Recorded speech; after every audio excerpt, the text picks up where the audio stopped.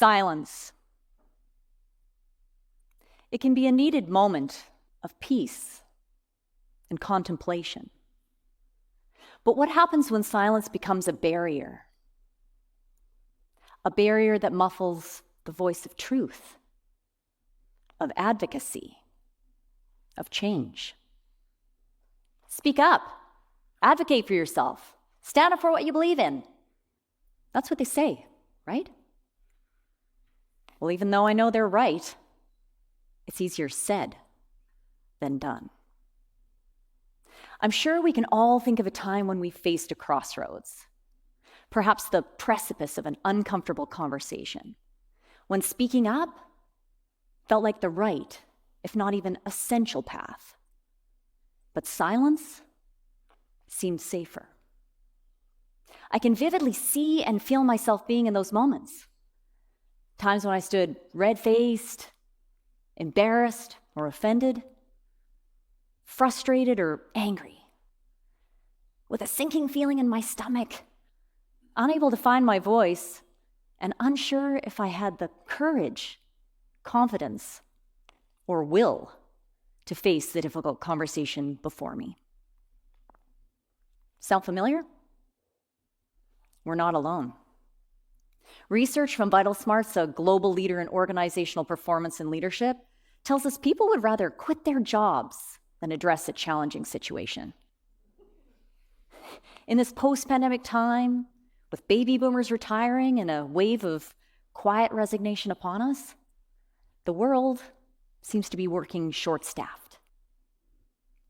Now, I'm a nurse and have worked in healthcare leadership for a long time.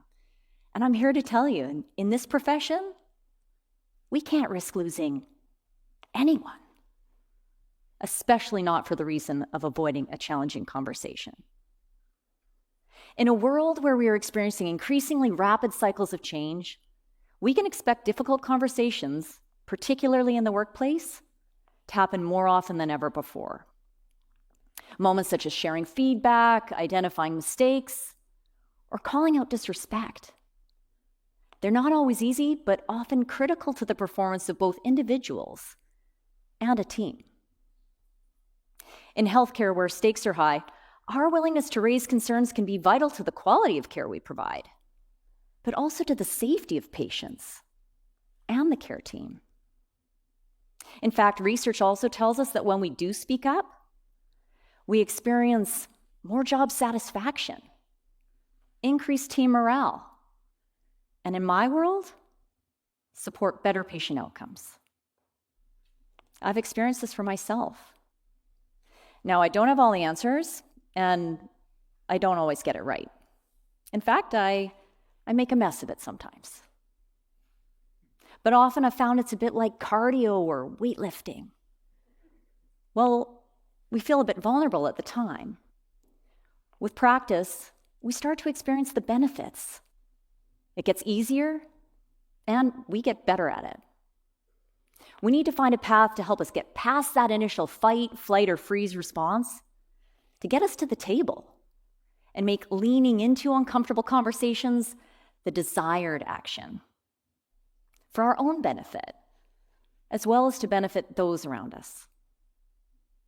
Now, I was fortunate. I had some amazing role modeling by parents who encouraged me to use my voice, specifically when I knew I should, but didn't want to. My mom, an intensive care nurse for many years, had a special ability to address tough topics, traumas, embarrassing bodily functions, or sharing critical feedback. She always created airtime for normally avoided matters. With a fierce moral compass that was sometimes incredibly frustrating, she advocated for what was right, showing me the importance of standing up for oneself and others, even when uncomfortable to do so.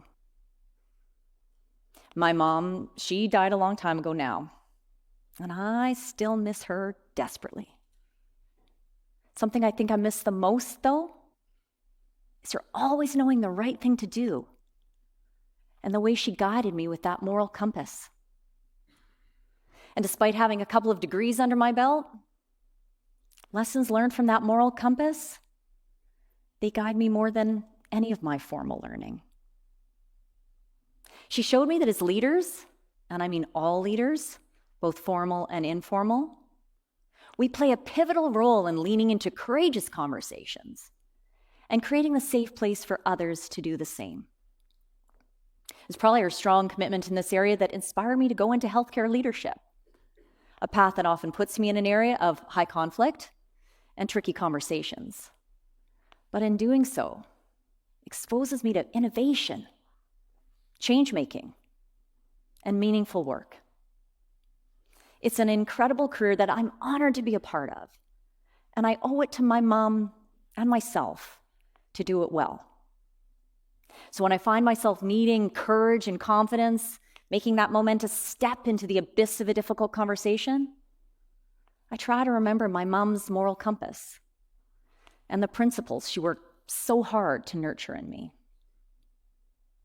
I imagine holding a compass in my hand, the cool metal upon my skin, taking a breath, a moment to pause and ground myself. I see the directions of north, south, east, and west as symbols, reminders of her core teachings. North, I think about the North Star, a guide towards the good and right thing to do. In tricky situations, I remember my mom's voice. Be the best version of yourself. Take the high road. Say what needs to be said. South, the S in South reminds me of support. When people support me, I feel seen, cared for. When it comes to supporting others, I try to do the same, leaning into tricky conversations with kindness and an intention of helping people grow. And East, the E stands for empathy.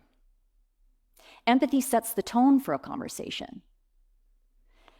As a leader, I want people to feel safe coming to me. I try to understand their feelings and create a safe place for them to be themselves. And West, the W stands for wonder, getting curious about what might be going on for the other person. I ask questions and listen, so I understand before trying to be understood. When I focus on the principles of the compass, I'm able to move from reactive to proactive, getting into a mindset where I can be true to my values and share my voice. I recall a situation not long ago where I was able to put the compass to use. I was in a change management and communications role for a big project. And while the work was complex and bumpy, I was proud of myself. I was writing good stuff, inspiring hearts and minds, or so I thought. One day, a physician came into the office where I was meeting with my boss's boss, and a number of other leaders. He had one of my newsletters printed out and was waving it in the air. "Who is the cheerleader sending out this stuff?" As an optimist, sometimes to a fault, I knew right away that cheerleader was me. While I was embarrassed, I had a split second to decide. Stay silent or speak up. The compass came in handy in that moment. North Star. What was the good and right thing to do? Well, I needed to own my work, take the feedback. So I said, that would be me. He lowered his arm and said, "Well, this is too positive, not an accurate representation of what we're going through." While still defensive, I remembered support and empathy. I wanted to create a safe place where he could feel seen and heard. So I suggested we sit down together so I could better understand his concerns. Next step, wonder. We went to his office and I asked curious questions. And over some tea, he told me his story.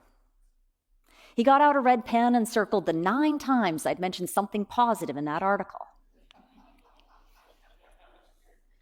I acknowledged. It's too many, understandably devaluing. I then asked if we could look for times I'd mentioned challenges.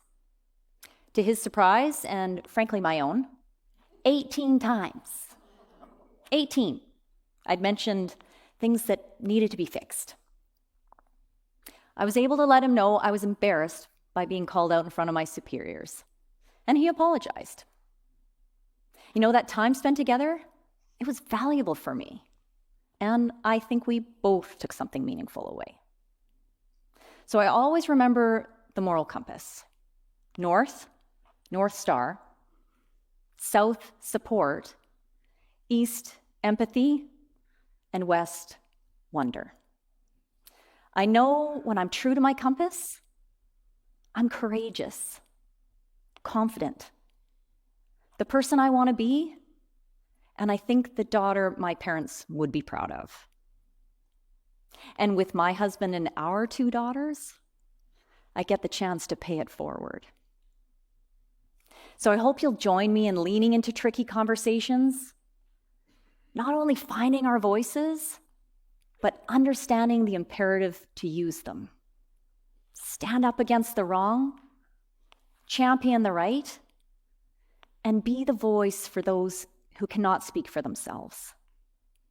No matter how shaky or unsure, we can be a powerful instrument of change and advocacy, leaving all people involved stronger as a result. Thank you.